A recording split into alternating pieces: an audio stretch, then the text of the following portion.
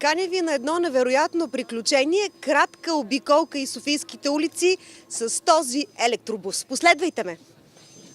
Новият електробус се движи без батерии и може да измине до 20 км с едно единствено зареждане. Всъщност това е първия електробус, който се пуска по линиите на градския транспорт в София. Това е пилотен проект за общината безвъзмезден. Всъщност ние даваме възможност на производителите да тестват този автобус. Затова всички искаме да видим какви ще бъдат резултатите, ефектите, за да можем да планираме по-нататък своите инвестиции. Различни статистики поставят страната ни на първите места по най-замърсен въздух в Европа. Навлизането на такива екологични бусове може да променят тревожната тенденция, защото те не произвеждат вредни емисии.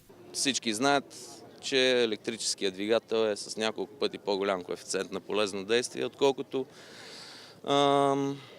двигателя с вътрешно горене и практически нула замърсяване, което е най-ценно за урбанизираните населени места.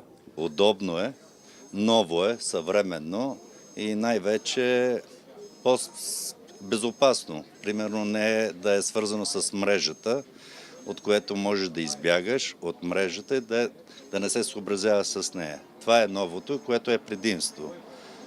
Возенето на пътниците става по един и същи начин, както с другите тролеи. Комфортно е, меко вози, топло.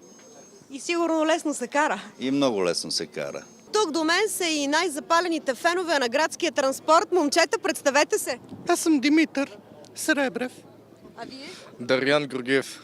Чакам с нетърпение да го пуснат по линия 11. Дори мисля, че ако днеска го пуснат, да имам възможност да се вози.